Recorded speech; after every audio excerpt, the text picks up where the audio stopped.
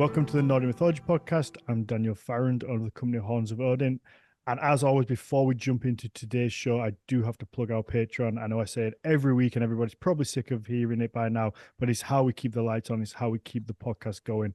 And the podcast literally couldn't exist without it. So if you do get a second, please pop over to patreon.com/Nordic Mythology podcast and check out all the different benefits we have on there, including the bonus episodes that we do. So we do a Q&A every week with a guest, and it's an extension of the main show. So if you enjoy a main show in particular, if you jump onto the Patreon, there will be almost like an add-on to that where you get more information. The patrons get to ask questions, and a lot of the time there are things that me and Mags have missed.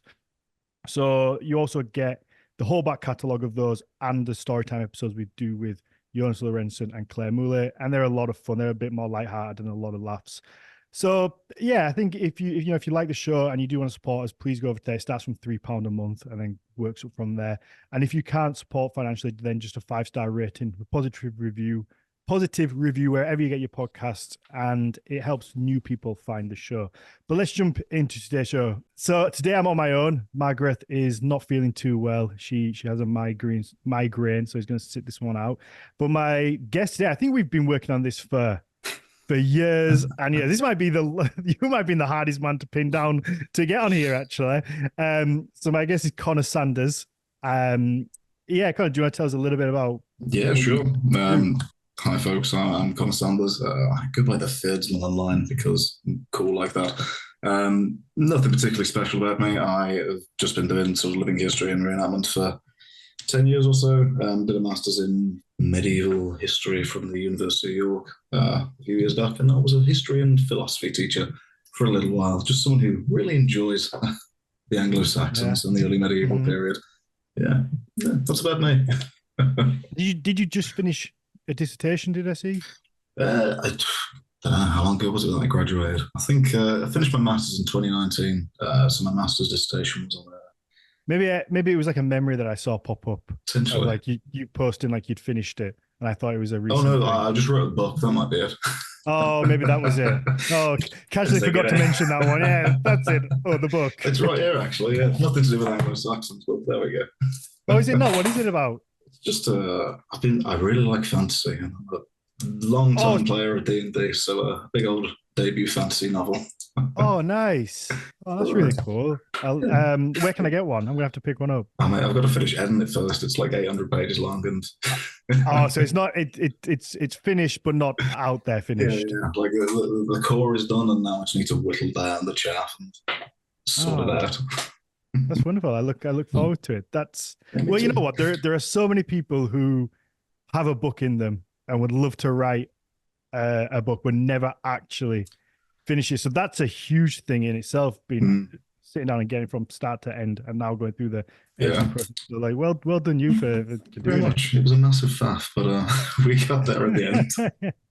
It will be worth it, I'm sure. But we're here to talk Anglo-Saxons.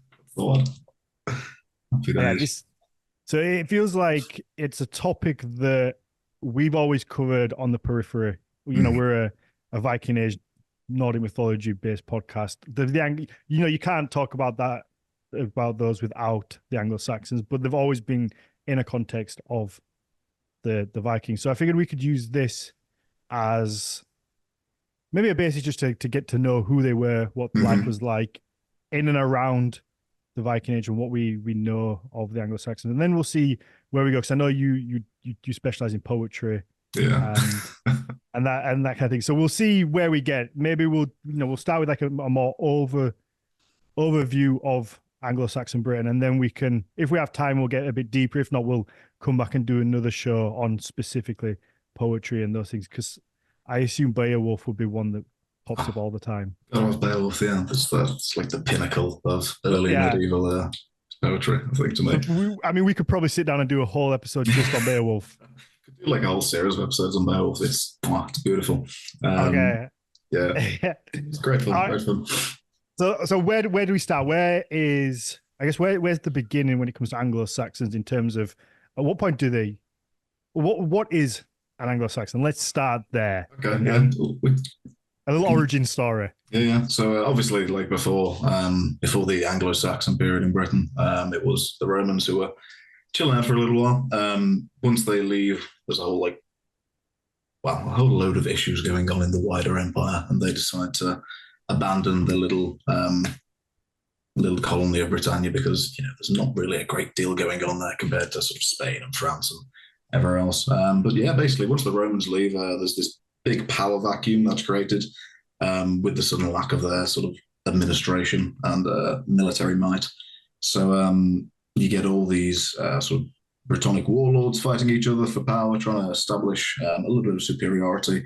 And according to the Anglo-Saxon mythology, I guess, there's an event called the Adventus Saxonum, where a fellow called Vortigern, one of the Brittonic chiefs, invites a load of mercenaries over from what's like sort of now northern Germany and Denmark over to Britain to help him take control. And these two brothers, Hengist and Horsa, whose names mean horse and horse, they come over and they bring a load of their Anglo-Saxon boys, and they basically help Vortigern establish himself kingdom. And then, depending on the version that you read, they betray him and take over, essentially creating their own little stronghold. It goes from there. So you get more and more people coming over from the continent, setting up little villages all over the place. And then there's like a little bit of scholarly debate about whether it was this big invasion where the sort of Celts were pushed back to Wales and Scotland, or whether it was a more sort of gradual integration. I tend to go for the gradual integration because there's a little bit more evidence for that. But yeah, basically starts off like that and then spreads across the entirety of the country. Get lots of different kingdoms popping up. So obviously Mercia, Wessex, Sussex, Northumbria, East Anglia. I'm missing a big one. Kent, there we go. Yeah, that just pops up from there, basically. Yeah. So who was here before? Because obviously the Romans came, but who were the inhabitants before they? Because it wasn't, I guess, uninhabited. No. So we've been inhabited in Britain since like the Stone Age, obviously, with Stonehenge and all that. I think I'm not like the best at sort of pre-Roman Britain, but there's like various different tribes. Famous one, obviously, is the Iceni tribe, where you've got Boudicca, who eventually led a rebellion against the Romans in a year that I can't remember at the moment. But yeah, Picts, Celts, various tribes of people. Yeah. There's some absolutely fantastic like quotations from Roman authors about just how much of a backwater Britain was back in the day. It's like, there's these Britons, and they basically live in these stagnant ponds, and they submerge themselves into the pools to avoid being detected, and they can't read, they can't write, and they've got nothing worth taking, essentially. Which makes you wonder why they bothered in the first place. But, I'm quite proud of that classification. Yeah. So does Christianity come with the Anglo-Saxons, or is that already present? So there is a little bit of Christianity already present in Britain because the Romans converted when Constantine changed it all up. But for the most part, it sort of slips back into paganism. And the initial Anglo-Saxons who came over, I say Anglo-Saxons, it was Angles, Jutes, and Saxons from three different areas, all came over. They all had their own gods. There's not. Why did the Jutes get the short straw and just get dropped from the name? It's a good question, actually. I'm not entirely sure on that one. I think the Jutes they had like settled. Test himself now. I can't remember who settled where. But the Jutes essentially settled a smaller part, and it was the Angles and the Saxons that were the. Thank you, thank you in the chat, Kent. That's the one. Yeah. So basically settled a smaller area, and the Angles and the Saxons just sort of plowed their way across the country. They got forgotten about. I know, it's sad, really, but I don't know how you'd work Jutes into Anglo. Yeah, I don't know. It doesn't quite roll the same. Iconic. I always find it so hilarious how you get a subsect of people in modern day that are like, especially when it comes to like the far right, and they're like because there's a lot of like WASP, like that white Anglo-Saxon, that ideology, and it's like, no, but they were they were immigrants as much as anybody else was. What do you mean? I had an argument with somebody this week. It was like all these people coming over, and it's like you do realize she's like unlike it used to be, and it's like you do realize like the history of Britain, right? Yeah, Like man. it It's doesn't make sense what you're saying. it's hilarious to me. Funny you should mention that. My master's dissertation was actually on how this period of history, in particular, has been sort of adopted and used by like extreme parts of well, yeah, I suppose extreme right groups. Yeah, it does get tiresome having to constantly like work against this. I don't know, point of view, but yeah, you just got to do it, don't you? Yeah. Okay, so we have the Angles and the Saxons and the Jutes. They've come to Britain, and they've set up the different kingdoms. Now, are they all kind of at this point? I guess would they all originally be Christian, or you said they had their own beliefs? Yeah. So is it kind of a mix of everything? And So it's, to be fair, like a lot of it is quite similar to what we know of the Norse pantheon. Obviously, quite different, but we can sort of extract a lot from later Nordic sources as well. Similar names for the gods. So instead of Odin, you've got Woden. Instead of Thor, you've got Thunor. Instead of Tyr, you've got Tyr. So on and so forth. Generally speaking, it's quite a similar structure, I would say, to the Viking paganism you get like 3 centuries later. Christianity doesn't really take widespread root in Britain until the early 6th century, I want to say, with the Augustinian mission, where St. Augustine comes over to Kent and just immediately starts converting everyone in the country. And in the sort of modus operandi mission statement that he sends over his boys with, they're basically saying, like, don't chop down or don't destroy the pagan temples, just convert them to be used by us instead, as a sort of, well, I guess, way to make everything integrate a little bit more smoothly. okay. Yeah. Okay. So when did the Romans? I'm just trying to think timeline now, just to clear up for myself and other people. When did the Romans leave? When are we talking? It's like 400 AD, 404, I believe, and then I think around 440 was the advent of Saxonum. Dates are like my terrible story. Data now, but we're talking. So we're about 300 years prior to what people would class as like the start of the Viking Age. Yeah. So they've got a good like sort of 300 years of Anglo-Saxon around, having fun, going to war with each other before the Vikings present a nice sort of common threat for the entire country to unify against. Yeah, it's funny how it does that, isn't it? Do you with the gods having similar names, would that suggest maybe that there is a more centralized? Did this all originate somewhere in that kind of Central Europe? At like a single point, and then these are just branches off from what was ideally maybe a single. Yeah. So if we like sort of follow the etymology of the names back, Odin and Woden both comes from the Proto-Germanic, I want to say, Woden as. And there's various other ways that like Thor and Thunor all come back to this singular point, hypothetical singular point because it's a reconstructed language. But yeah, so generally there's a broad, there's a broad belief in the gods within Europe, and that sort of goes out to England and then up into Scandinavia, and obviously within Germany itself.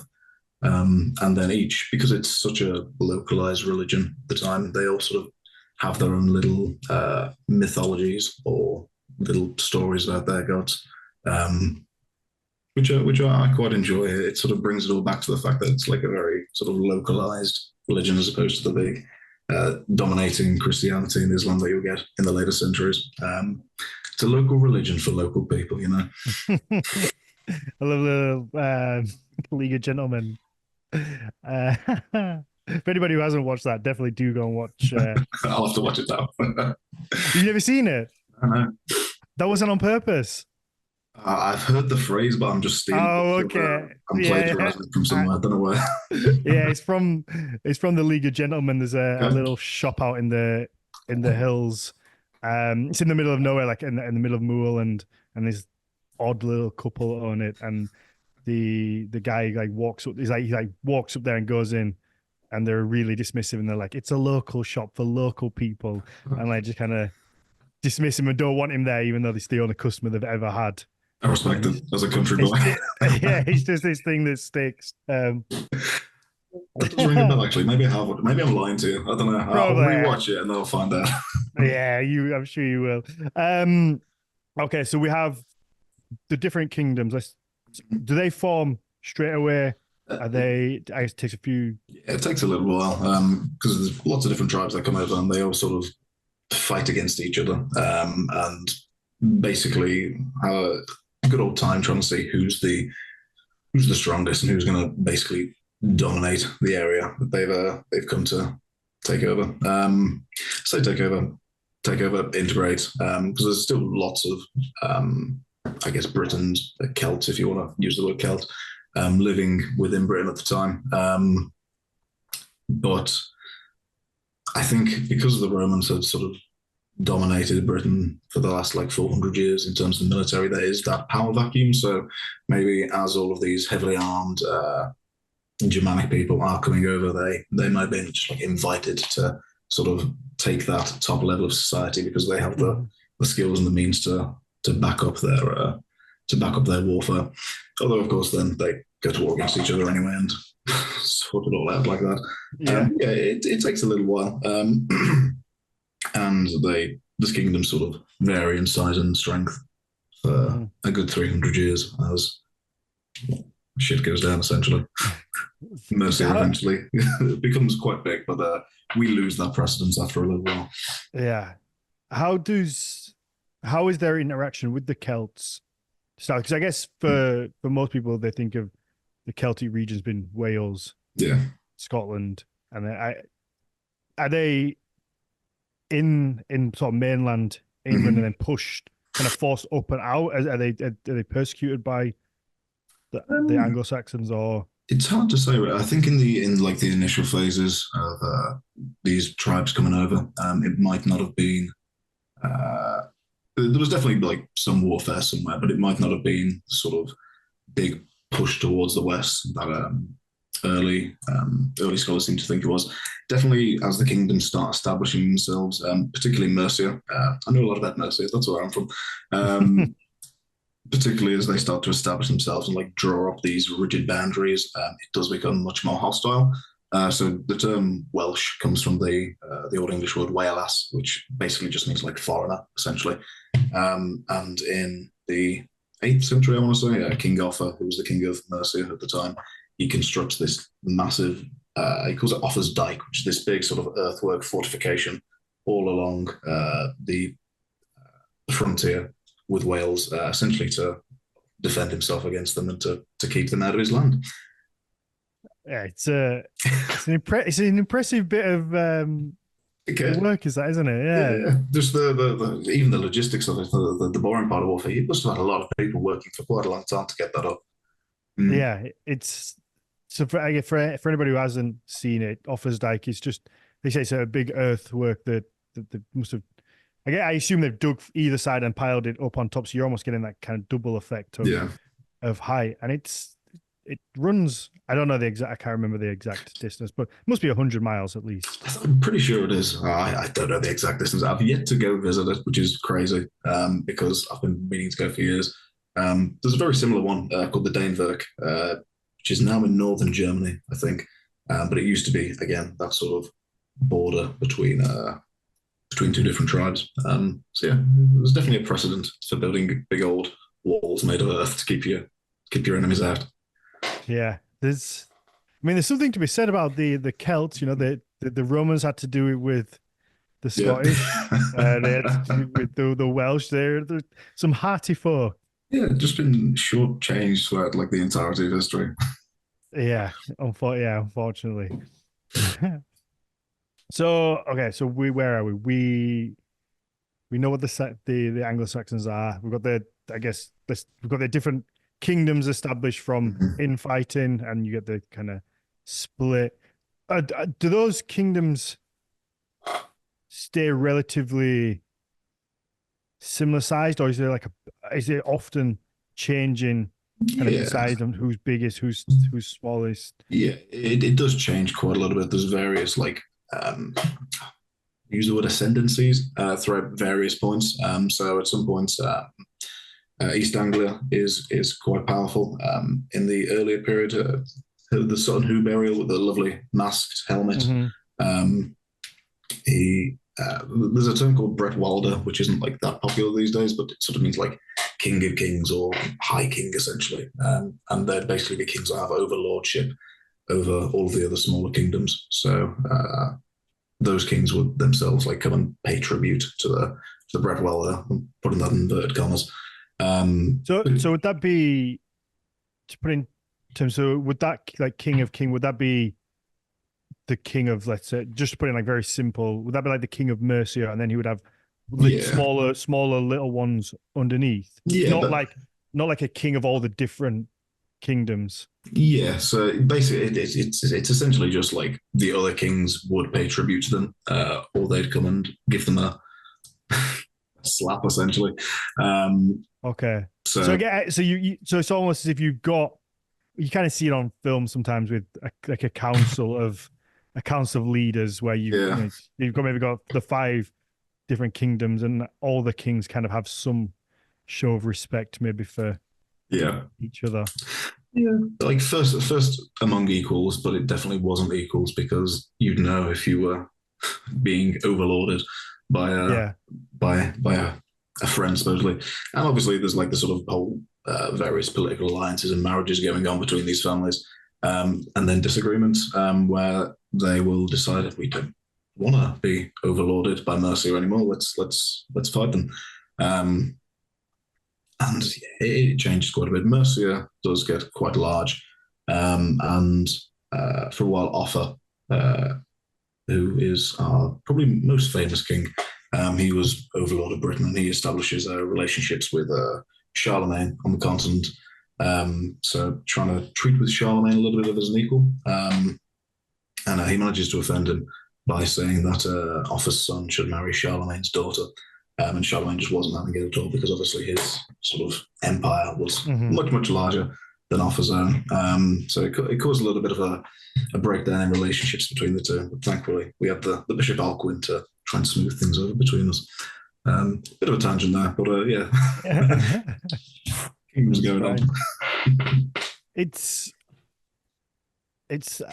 quite embarrassing that, as a Brit, how little I know, and that we're actually taught about this in schools. I feel like maybe it was mentioned, but very, very briefly, not in any kind of depth. And the fascination has always been, even from a British standpoint, the Vikings. Everything's always been the Vikings. So that captures everybody's imagination, doesn't it? All over the world, this short little snapshot in time is just so fascinating. But it feels like we have, something not too dissimilar in the UK, and with all these different kingdoms, the fighting. There's probably so many little stories and myths and all this wonderful history there. But why do you think it's never really caught on as like a real cultural phenomenon to like people outwardly? Good question. Obviously I was a teacher for a little while. I taught history and philosophy, and so the only time that we really got to feature the Anglo-Saxons in high school was in year 7, where we taught about the very end of the Anglo-Saxon period. So when William the Conqueror comes over and just trashes us, and then again in year 11, where we're also taught or retaught about William the Conqueror, so we can answer it in GCSEs. Yeah, that's kind of what I knew about as well, was that whole period with like where the changing of the kings and like Edward the Confessor being promised his, like that whole kind of was what we were told, but nothing really before that.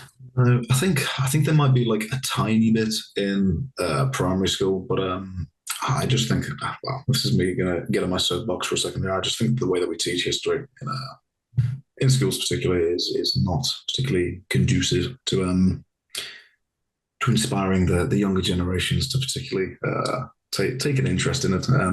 We have a sort of big focus on like the Tudors and the Industrial Revolution, these sort of big key snapshot moments that have influenced world history. But I think in doing so, we neglect the formation of our own country, I suppose, as an entity.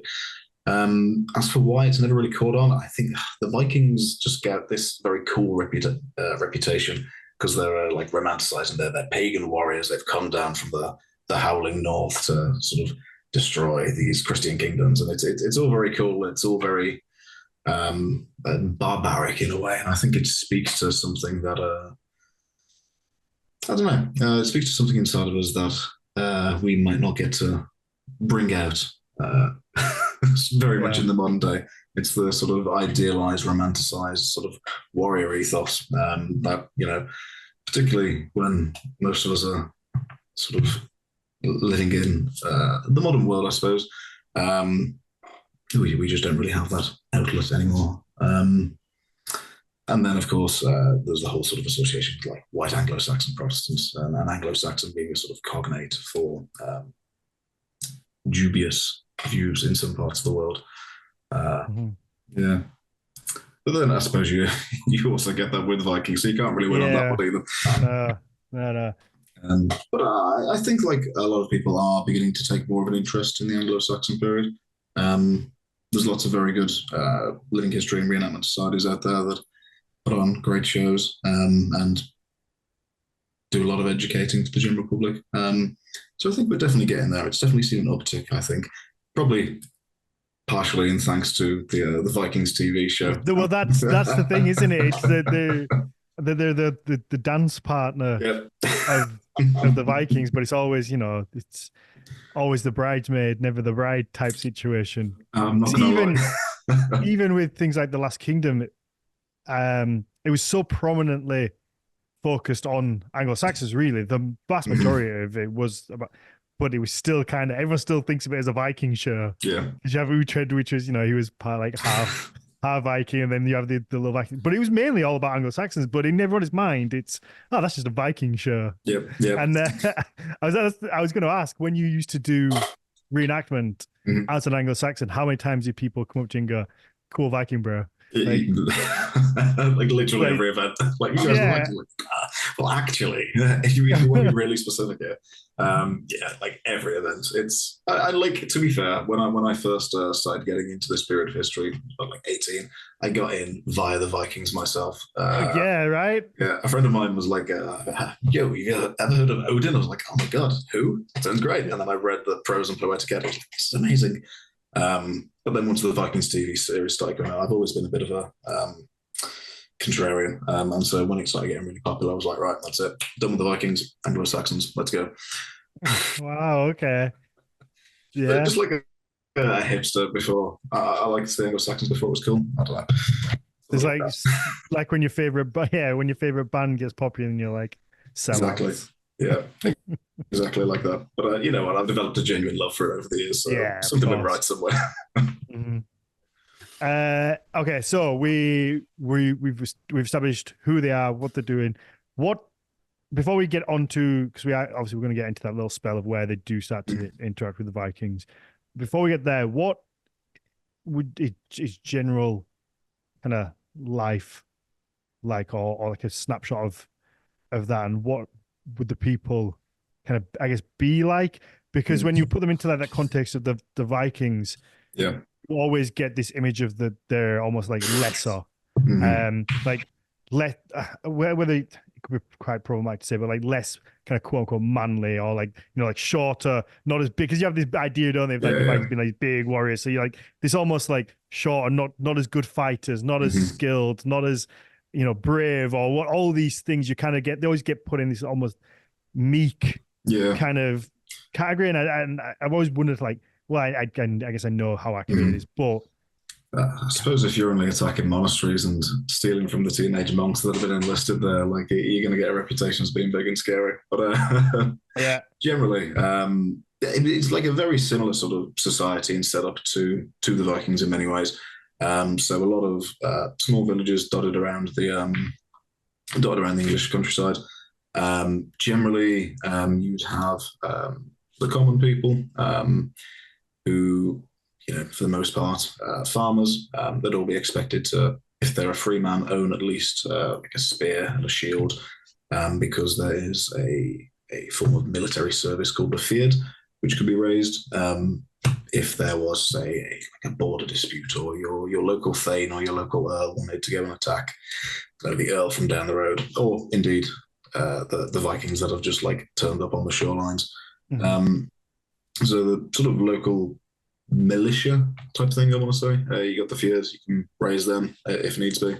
Generally, would that involve any type of like formal training, or is that just a case of you're just expected to come along, do your own training, so you survive? It changes like throughout the period.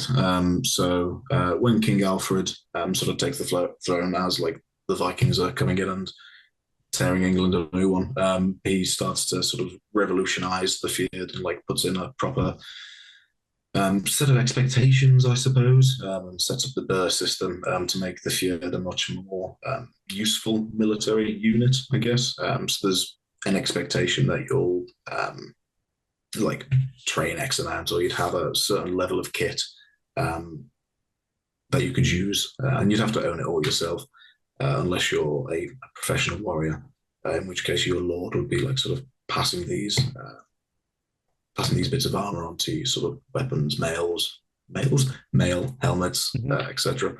So yeah, definitely.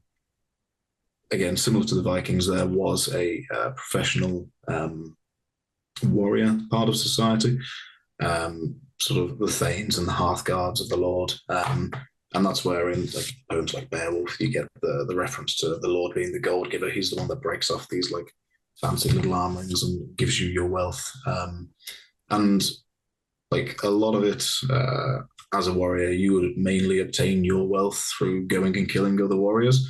And you'd then display that wealth upon you ostentatiously. So if you ever look at some of the archaeological finds, like the Staffordshire Hoard, where it's all this like wonderful golden garnet, sword hilts and pommels, and like decorative bling, you see like a very, very shiny, embellished warrior across the battlefield, and you know that's probably a guy who can kill a lot of people because he's got a lot of wealth. Yeah, stay away from him. Yeah, basically, stay away from the shiny boy. Yeah. I never really thought of it like that, but it's somebody you'd want to. You'd also want his stuff as well, I suppose. So I you guess can like there is that, yeah. If you can like, stick him in the back when he's not. But I always feel like if a battlefield, I feel it would be very chaotic. Mm-hmm. So even if you were to kill the shiny boy, then you still have to kind of go on fighting. And is there like an unwritten rule that you can come back and say that is my kill? That's the person that I got, or would somebody else just be able to come in and like steal it before you did? So I suppose generally, like whatever wealth was left at the end of a battle, it'd all be gathered up towards the end, and it'd all be presented to your lord or to your earl, and then they would undergo the process of like distributing that out at the end of the battle, which is where you get this idea of the lord as the gift giver and the sort of the guy who hands out the gold and who presents the like the swords to his warriors. He's the guy that outfits you, and he's the guy who decides who gets what. So even if you did kill, particularly, I'm going to use the term shiny boy because I quite like it now. If you did kill a shiny boy, yeah, that still might be distributed. That's the one I was going for. Yeah, of course. It still might be distributed to people at the end of the battle anyway, presuming you survive, of course. Shiny boy episode, love that. Yeah, kill the shiny boy. Yeah. Yes, I feel that's what you're going for. Okay, so we have the Fyrdsmen, and the kind of general life is just typical to what you expect, even within the within the Vikings, that kind of predominantly farmers. Mm-hmm. You're looking after your little homestead and minding your own business, and and getting on with it, unless called upon to go and fight, I guess. Pretty much, yeah. Obviously, like you've got the monasteries as well, and a certain amount of people would be in the monasteries as well, dedicating their life to the one true God, and like writing illuminated manuscripts and all that exciting stuff. But for the vast majority of the population, yeah, it'd just be a sort of very agrarian, agricultural existence. Bits of fighting every so often. Okay. So then there's fighting amongst each other. Mm-hmm. Do we ever get to a point of almost one of the kingdoms taking all the rest? Does that ever become almost like a reality? Other than obviously the end when it comes with the Vikings. Prior to that, or is it always just like a very even thing where it's just forwards and backwards and a fluid exchange of? I suppose the closest you'd get to it is King Offa, who I believe styled himself as the King of England. Was it the King of Britain? I don't know. He styled himself as like an overlord king, but it wasn't really until Athelred that you actually get a fully functioning, cohesive England. Yeah. But I think King Offa would have been the closest. He sort of exerted his overlordship over most of the other countries. But yeah, it really did take the sort of external pressures of the Vikings to make everyone sort of look at each other and go, should we team up against these guys instead? Probably for the best. They are pagans and hideous after all. Yeah. Yeah. Get together. So okay, we now bring the Vikings into it. Obviously, this is a very quick snapshot through the history of the Anglo-Saxons. So you now bring the Vikings down, and then they start the raids kind of up and around Northumbria. What are the distinct differences, I guess, between the two groups? Probably like on a more like military or like standpoint, because you do have this idea of Vikings being like, I guess, like much bigger than that, because it is that stereotype. They're much bigger, stronger, more bloodthirsty, violent. That all that thing comes into it. Mm-hmm. And is that accurate, or is it just a kind of a myth because they were the kind of incoming pie? Were they physically bigger, physically stronger, or do we know? Good question. I don't think we can ever properly know. I think a lot of it will be sort of myth and the romanticization of Vikings. Certainly, they did have, I guess, differences in the fact, insofar as the fact that they had these like ships that could just cut across the North Sea and like very quickly strike somewhere, burn down, and then move on to the next place. In terms of whether they were like bigger and stronger, I think generally like they were a little bit taller. You do get like in, I think, was it the Anglo-Saxon Chronicle? It might be the Anglo-Saxon Chronicle, but there is reference to these sort of tall, blonde-haired invaders who not only did they serve as terrifying warriors on the battlefield. Again, just going off on a tangent. But there was this passage about how they made themselves irresistible to the English women by virtues of bathing once and sort of combing through their beards and combing through their hairs and making themselves look very, very pretty. Yeah. What was my original point there? Can't remember where I was going off on that tangent. That I was going to ask you about that anyway. This passage of cleanliness. Yeah. Because I see it used so many times about in like little memes about how the Vikings were super clean. And they're irresistible to women, like they were. But then that's the Anglo-Saxon Chronicles. But you look at like Ibn Fadlan, and he's like, they're the most disgusting creatures like on the face of the earth. So it kind of depends who you're looking at, and in turn, does that mean the Anglo-Saxons really are fucking quite unhygienic? I'm sure I read something about this once upon a time, but I can't recall where I read it. I think like I think there probably was like a small difference. That we do find lots more. Sorry, Viking Age like grooming utensils in archaeological finds. So like little scoops where you can like pluck your uh, pluck your bogies and get your earwax out and get your tweezers and clip stuff. Yeah. We know that they use. And I see those spoons all the time. They're I great. see those spoons all the time, and I'm like, I actually could do with one of those. Like, I wouldn't mind one of those little spoons. Is it socially acceptable for me to have one still? You can get like a little kit, so you can have the spoon, you can have the tweezers, and you can have like a little blade to get all your fingernail gunk out. I'd get one. It's great. Oh, look at that. Yeah, I feel like it's just a bit of cleanliness. So yeah, we you find that there are the more those utensils. So on a whole, do we see that they were actually coming and like stealing the Anglo-Saxon women? Is there any accounts of that, or is it just this one passage that's just? I think, I don't know if there's any more than one passage. I just very distinctly remember that passage because I used to work at the Jorvik Centre and we had to like tell these like little tidbits to the public because it's interesting. And that one always stuck out to me. In terms of stealing the women, there was a little bit of that, I think.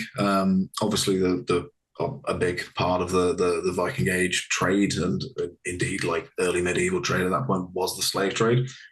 So down through Europe and sort of into North Africa and the Middle East. So there were definitely like elements of slavery, although I think that was mostly more Eastern Vikings in like the Balkans, the Baltic. There we go. I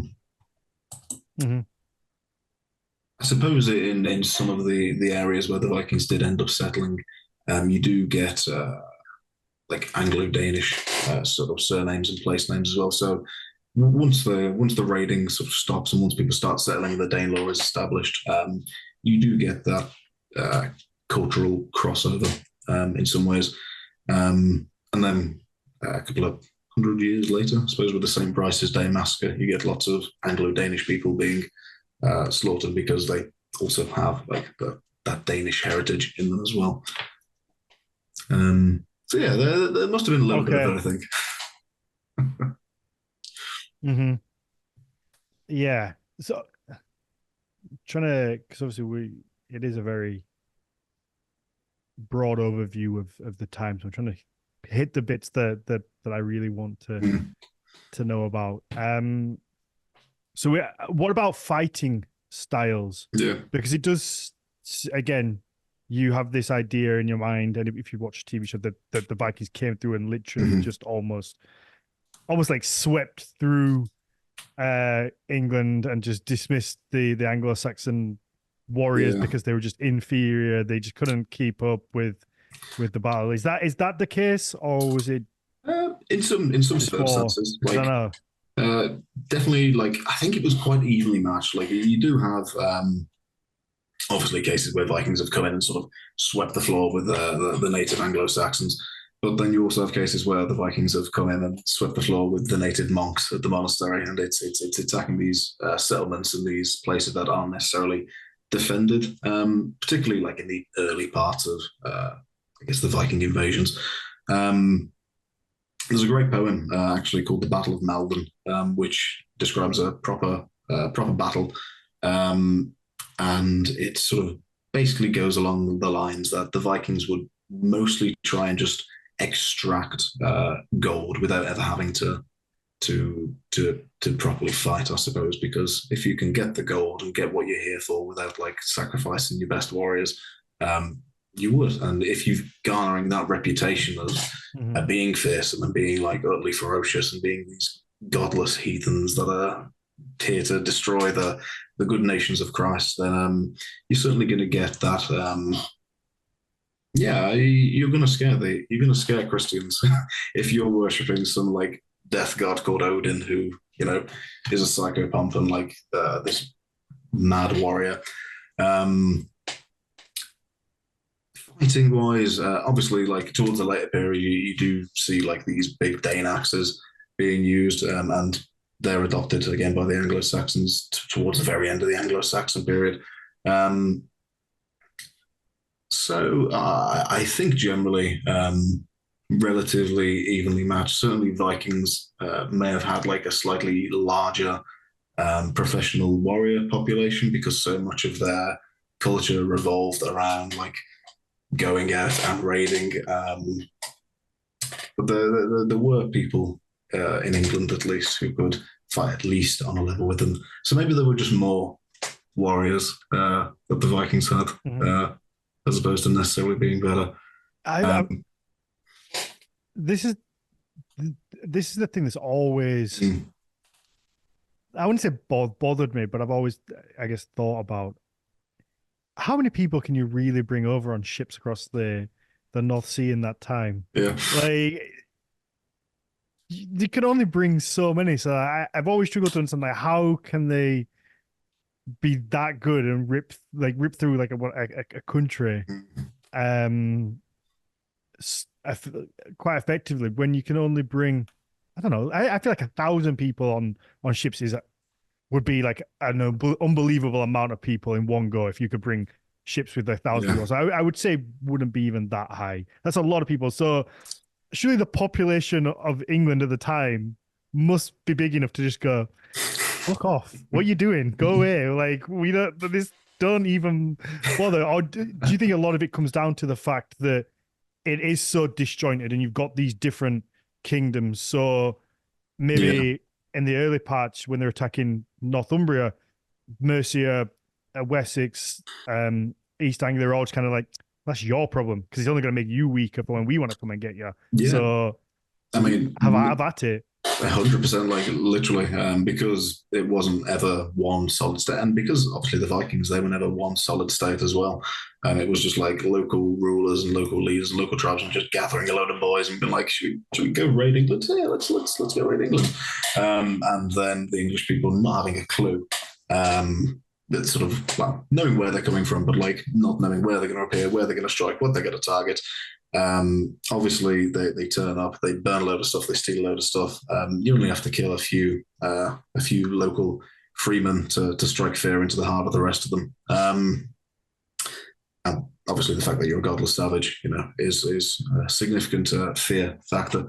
There was a fantastic bit of literature. I can't remember for the life of me what it was called, but it basically discussed the logistics of a big invasion in the early medieval period, and it was just some monk, not a monk, sorry, it was just some fella who did like all of the admin and all of the logistics for one of the Viking kings' invasions. He was like significantly praised for it because it was just such a colossal undertaking, and he managed to do it very, very efficiently, and obviously send a load of people over and dominate various parts of the UK. I'm going to have to, it's going to annoy me, so I'm going to find a reference for you on that one. What was the initial question? I've gone off on a tangent there. It's all right. It's all right. Yeah, I wonder, now I'm really thinking about it, whether, because it's hard, you've got to get out of this modern mindset, haven't you? Of, if there was an attack today, the army could be mobilized pretty quickly, and it could be dealt with. Whereas, back 1,000 years ago, you didn't have a mobile phone or radios. It couldn't be that easy. So I guess you could maybe bring 50 well-armed, warriors, and they could just go through little villages, and before anybody could really put together some sort of attack back. Yeah. You've already left, or you've already moved on to the next place, and it's kind of you've gone back, and then you're going to come back and do the same thing, and just pop up. It's almost like that guerrilla warfare type situation of just like hitting somewhere and being and before anyone can actually react, then you've gone. Yeah, I suppose if you're just your average sort of Anglo-Saxon fella, like working the field, he's got his like family of 5 to support, and 2 of them have already died because it's the medieval period and life expectancy is much lower. Then you're not necessarily going to want to band up with the rest of the fellows from your village. If you've got this like horrible horde of mail wearing, sword wielding, like howling barbarians at the door, you're just gonna be like, right, okay, let's just pay them the silver so they'll can get on their ships and go back. And you do see it all over Europe. Quite amusingly, they just like get paid silver and then they'll just come back a few years later, or even the next year in some points, and be like, right, cough up, give us the cash. Yeah. It's just easy. And I guess when you get to a point where your reputation precedes you as well, they're just like, it becomes larger than life. And I guess, it does play into that heathen, pagan, that other thing, especially if they're overtly like aggressive and do things a little bit different, which may be normal to them and not threatening. Yeah. So somebody who doesn't live that way could be quite intimidating and threatening, and just all comes into one thing, doesn't it? Of like, oh, it's just easier to just pay this off. Let's get. And to be fair, they certainly carved out like all of the Danelaw as well. So like they did succeed in a lot of cases. So one thing I did want to ask is, when it comes to poems and things like the Anglo-Saxon Chronicles, when you get these accounts of Vikings being, like merciless and quite violent and really good, and particularly good warriors, how much do you think that is? Well, we won in the end, so we're gonna fluff it up a little bit so we sound better, or is it a case of like that? Because I'm not kind of too sure when they were all written. Were they written during the time, or were they written after? Because obviously after, it's kind of easy when you've defeated them to then say, well, they were really fucking big, and they were really hard, and they were like the toughest people out there, but we did it. Yeah. Written at various different points, to be honest. Like, there's a lot of I don't want to say controversy, but like there's a lot of speculation around when various poems were composed and sort of put to writing. Certainly a lot of the earlier poems stem from a period of like oral poetry and oral transmission before like eventually some Christian guy goes, that's a good poem, we should write that down. I'm going to go back to the Battle of Maldon for this one, because it's an example of an Anglo-Saxon army facing off against some Viking invaders. Sorry. So there's an earl called Brythnoth, and the Vikings essentially come up at the start of the poem and they're like, right, come on, give us the gold and we'll go. And he's like, not going to happen. We're going to fight you. And then I think in like a massive act of hubris, because Brythnoth is so like looking for honor, because it's still a warrior society. The Anglo-Saxons are still very warlike in a way. The Vikings were separated from the Anglo-Saxons by this river. And he's like, right, come on then, come across the river first and we'll have a proper to do, which I think is wonderful. And then it like details incredibly. I believe the Anglo-Saxons actually lost this battle. It details how like each of these like named Anglo-Saxon warriors went in against the Vikings were always portrayed as like the sort of nameless like sea warriors or sea heathens or something like that. I'll see if I can find a decent quotation here. So yeah, just sort of talking about the advances. It does go into a lot of detail about Anglo-Saxon warriors who fled the field of battle. So we know that honor's like a massive thing, and it like meticulously labels the guys who have got afraid of these fleeing Vikings. It's like, what was his name? Godric. Godric has fled the field of battle. He's taken the Earl's horse. Like, this guy, like scum, absolute scum. And then he goes on, like, because he's took the Earl's horse, and because we all know it's the Earl's horse because it's like decked out in shining war gear, the warriors have got confused, and now there's chaos on the battlefield, and the Vikings are coming in, and they're like, they've slaughtered Offa, and they've slaughtered the other Godric, and like it's all going wrong. So it definitely like plays up the Anglo-Saxons' prowess. It talks about how many they've like killed and how they've like basically walked into this encroaching Viking horde. Yeah. I really enjoy I really enjoy the sort of warfare poem. I definitely recommend giving the Battle of Malvern a read as like the sort of quintessential like early British epic, early English epic, and then along with the Battle of Brunanburg, which is another nice poem. And you get all the lovely kennings and the descriptions of like the sword blades singing and the shields clashing and spears are shivering. So yeah, I think I think it would be fun. I think it would be fun for us to get you back, and we'll do an episode where we can maybe just pick those two poems or look at like warfare poems, and we can go through them. You can have a little bit. You can have a little bit of prep time because we'll decide to do them, and you can we can look at like some specific quotes and what we can tell and how we can pick apart what the battles were like, because obviously we don't have much written or many written sources from the Vikings from their perspective. Yeah. So it's all you really have is the Anglo-Saxon side. Yeah. Yeah. I think for the most part, like that's the way for a lot of the Vikings. Even when they're raiding Europe as well, you'll always get some unnamed sea warriors, and it's always the Vikings just turning up and causing chaos. Which I quite like. It sort of adds an air of mystique to the Vikings, I think. But it is slightly annoying that the only sources we get are written much later by the Christians in Iceland. Yeah, exactly.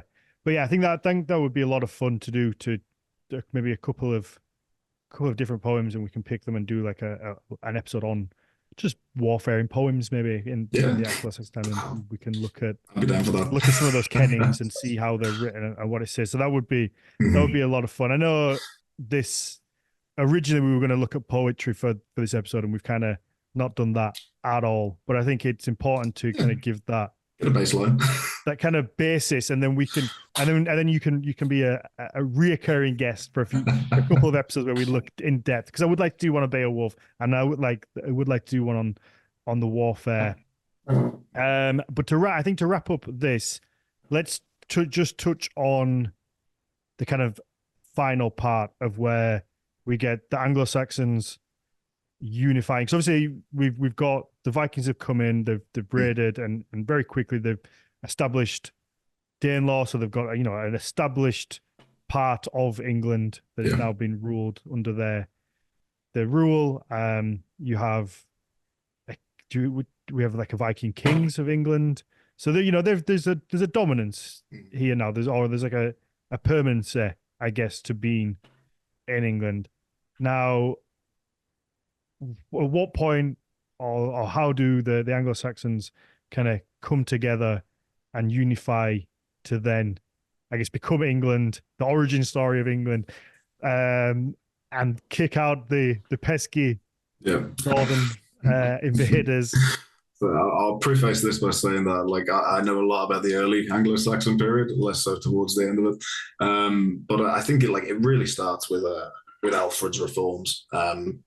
So I mentioned earlier that he revolutionized the field, had certain not restrictions. What's the word I'm looking for? Anyway, requirements. There we go. Requirements for level of kit. There was the construction of all the burhs across the country, which across Wessex, I suppose, which he mandated. You need to be at least a day's ride from the next burh, so you can get messages across the country quickly. So you can trade your horse there, carry on to the next one. So if the Vikings appear at some point, you can very, very quickly transmit that information across the country. Alfred was the, I guess, guy. He was the guy, the big shiny boy with the proper idea. He's there we go. Someone in the chat's got it. He is a thinker. He's the brains behind England. The guy who sort of says we are English. We're not Wessex. We're not Mercia. We're not East Anglians. We are the English people, and these Vikings are an existential threat to our existence. And that really resonates. So it's kind of like you see in TV shows then. Yeah. I think the Last Kingdom portrayal of him was done pretty well, actually. I've not watched all of the all of the seasons. Not all the seasons of Vikings either, actually. But I do think his portrayal there was pretty good. And then it was Athelred eventually who sort of really sort of puts the hammer to the Danes and brings England together as one big country. Doesn't kick them out, obviously, because like they're set at that point. They've been there for like at least a generation, but integrates them into the wider society, I suppose. Which is why I'll pull up some. Sorry, carry on. No, I think we've got a slight time lapse. My internet's been a little bit funny, so I think there's a little time lapse when I think there's a little break, and then there isn't, and you start something else, and I think I just come in after. So I'm not being rude. I do apologize. You mentioned before about how there is some. I don't know. I guess interbreeding is the right word between the two. Yeah. Once the Vikings have been there for a while, they do start to mix, and you do start to have families between the two. Yeah. So it's a bit tough to just pick people out and say, "Well, you're not here anymore." Yeah, exactly. And I think once the Vikings begin to renounce the pagan gods as well, once they begin to be baptized and brought into Christ's loving embrace, it's a bit of a changing point because they're then fellow Christians and they're not just some godless savage from the frozen north, and they're just your neighbor who's like remarkably good at building ships. So it does become, as you said at the very start, England's story is one of just people migrating to this island like over thousands and thousands of years, and I think that's beautiful in a way. Like, no matter how much we've all scrapped with each other, we all come together. It is. Well, it is even in this small snapshot that we're talking about here. You've got, let's say, over a 500-year period, ish, maybe a little bit more. You have the Romans leaving, who've obviously been here. The Angles, the Saxons, the Jutes coming in. Then you have the Vikings, different, which the Vikings aren't just one either. You've got the Norwegian, the Danish, probably maybe a little bit of Swedish coming in. Then after that, you have Normans coming and basically just taking over. So you have maybe 7 different groups of people there in a very 500 plus, give or take, year period where there's such a influx of different people, different cultures, all coming into this one small little island, and it is quite beautiful when you think about the history there and just this mix of just everything. It's quite lovely. It's I like nice. It, even though we did ultimately all just get beat by William the Conqueror in the end. So all that, it's almost as if all that messing about. All that messing about didn't even really matter. Like we had this beautiful story of England unifying. We finally stopped the threat from the north, and then William the Conqueror just came in and said, "You know what? Now's my time. Hold my beer. I'm gonna come in. I'm gonna come over there and just. It's mine now." I have some friends who really like the Normans. And I can just never get my head around it. But yeah, William the Conqueror, the ultimate, William the Bastard. I'm going to keep calling him William the Bastard as befits him. Give him his original name. Yeah, exactly. Yeah. Such a sad end to a beautiful episode there.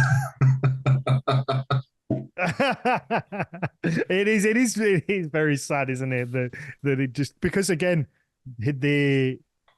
he's only really able to do what he does in part, again, because of the pesky Vikings. Yeah. If you don't have the Battle of Stamford Bridge, just a short period before the Battle of Hastings, things could be very, very different. Yeah. So again, even though it's those pesky Vikings again who are just really causing problems. Being annoying. Yeah. So yeah, basically in to wrap the episode up, doesn't really matter because William the Conqueror just come and took it all anyway. So Yeah. there you go. Good old Conqueror. Like that's it. That's my like historical sort of interest summed up. It all gets messed up with a Conqueror. Yeah, the shiny boy of all shiny boys. No, I refuse to call the and Conqueror a shiny boy. He's not worthy of the title. All right, let's wrap this up, and we will let the patrons ask you some questions because I've seen a few pop up there, and then we'll get out of here. I you know what, I think this is a nice episode because we're recording on this on the day that England are going to play in the Euro final, so we've kind of had this origin story of England as a country. We're going to go and play in the Euro finals tonight against Spain, hopefully win. It's all coming together. It's we've wrapped it up nicely, and now we're just going to go and win, and it's going to be all lovely. Our ascendancy is coming home. Hopefully. That's it. Yeah. Such one. Yeah. Okay. Let's wrap this up. Thank you very much. I appreciate that. Again, it kind of changed from what we originally planned, but I think it's an important episode for people to get that just very broad understanding of this time period. And then when we go a little bit deeper with the poems next time, we can send people back to this episode if they need to, and be like, go listen to that, then come back and listen to this, and we can get real kind of deep and into the nuances and the more fun stuff. So I appreciate you taking the time to sit down and chat and to kind of go through all of that, even if it's not your specific specialty. Thank you for having me. It's been fun. It's been nice. Good. Yeah, I'm just assuming that you're going to be willing to come back. Yeah, of course. Like, talk about all the poetry. Wonderful. Where can people find you, your stuff, follow you? I know you have a YouTube channel. Yeah, that's it now. I've deleted all my social media apart from YouTube. YouTube. There we go. We're both terrible today for that. Oh, it's awful. So yeah, just the Fjordsman on YouTube. FYRDSMAN. Perfect. And is that just short videos about Anglo-Saxon Britain? Yeah, that's pretty much it. Yeah, I've been doing a lot of Anglo-Saxon poetry lately. No shock there. But yeah, I'm looking to sort of get a bit more in depth. I'm planning on doing a big old video on Anglo-Saxon paganism at some point because that's a topic that really interests me. I do like the early period as opposed to the later. Oh, nice. And there's some interesting distinctions between it. I think we can do an episode on that as well, because I think that interests me. It's so easy to go into the Viking-y bit because that's what we all hear about, but I'd love to know that early stuff where it's it's clearly it's that pagan religion and just how things were, because we know, again, the most of what people will know about from the Anglo-Saxons is this Christian side, because it's in all the TV shows, it's in all the things when linked to the Vikings. There's so little that I think people will know about that early part where it was pagan. So that would be a lot of fun to delve into. Always down. We'll do it. Yeah, perfect. All right. If you want to follow me, it's Daniel_Farrand1 or the business Horns of Odin. And then the podcast is just Nordic Mythology Podcast on all the different platforms. Don't forget YouTube, where you can see our pretty faces. You can hit the little bell and subscribe, and you're going to get notified every time we put a video on there and the little clips. But yeah, thank you very much for listening. And we're going to jump over and just do a little Q&A.